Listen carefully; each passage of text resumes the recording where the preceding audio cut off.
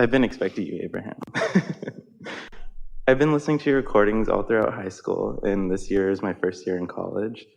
And I feel like I have some added resistance to me that is keeping me from like floating.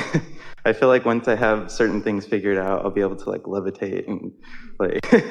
That's true of everyone. Yeah. I play the oboe, and that's where I want to go for my profession.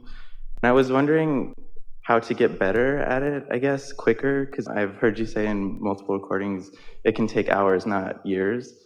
There's certain limitations that are keeping me from it. And I also feel like what you said about putting your hand on the stove, you don't need to do it again and again to know that that's not what you want.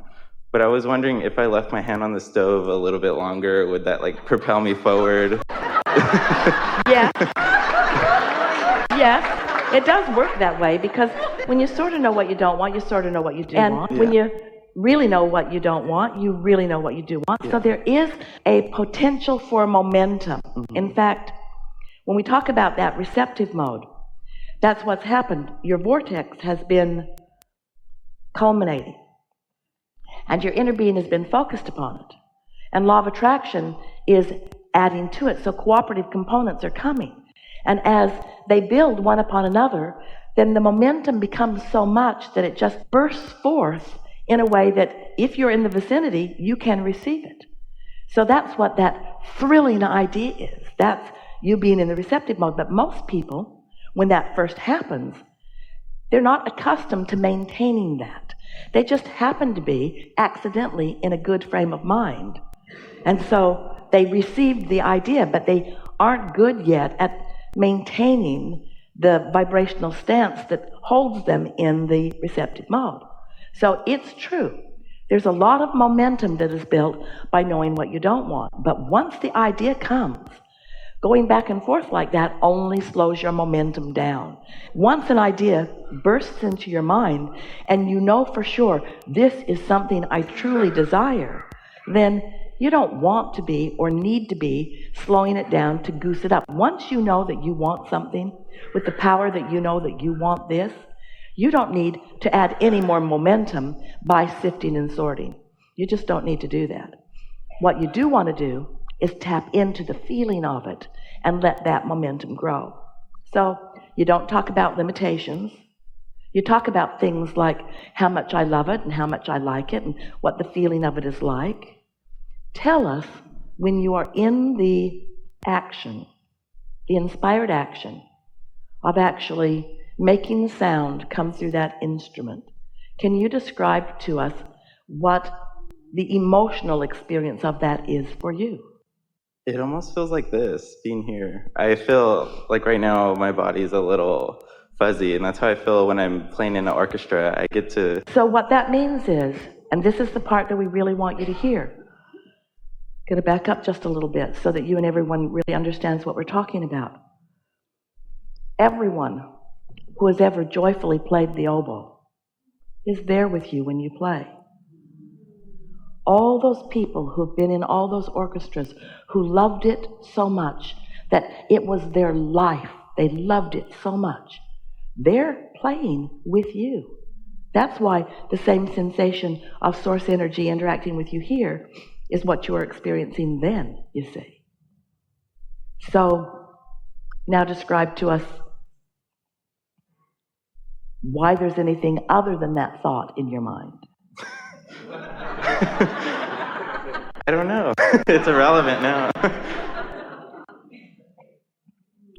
Maybe that piece of understanding will help you. One day, Esther sort of stumbled on it. You know, how one thing leads to another, that leads to another, that leads to another, that leads to another, that leads to another, that leads to another. And so one day she was sitting and writing, and she was already in the receptive mode. She was feeling quite good.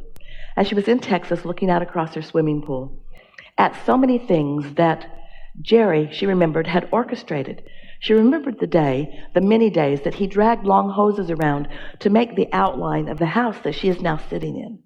And she remembered how many hours they spent standing there trying to even imagine what this swimming pool that the architect had designed was really going to look like, because it's a zero-edge pool and it also has an infinity edge. So it's zero edge with the tile, which is amazing, And then it drops off into a waterfall down below. And Esther could not see it in her mind's eye. And Jerry so wanted her to understand it that he just walked all over there and he'd say, it's going to be this high, and this is going to be like this, and this is going to be like this. And Esther would say, I sort of get it, but I don't really get it. And now she's sitting there with the house and the pool, and there are all of these beautiful oak trees that this house was planned around. And so the house sort of is odd in the way that it's shaped in order to allow these oak trees to stand where they're standing. And so Esther is sitting there remembering all of those early stages before there was any house. All there was a hose which sort of kind of pointed out where the house was going to be. And Esther was feeling such appreciation for all of those conversations and all of those hoses and all of those drawings and all of those people and all of those builders and all of those ideas and all of that becoming. And then her mind just exploded with all of the men that brought the supplies and all of the roads that allowed the men to bring the supplies and all of the industry that creates the supplies. And she just went on a sort of fit frenzy of appreciation of everything. And so she took her notebook and she drew like a megaphone with the narrow end, and there she is. She drew herself as a very happy girl standing right there. And then the megaphone is out there and she draws all these things that are all pointing at her, all of the well-being that is pointing at her.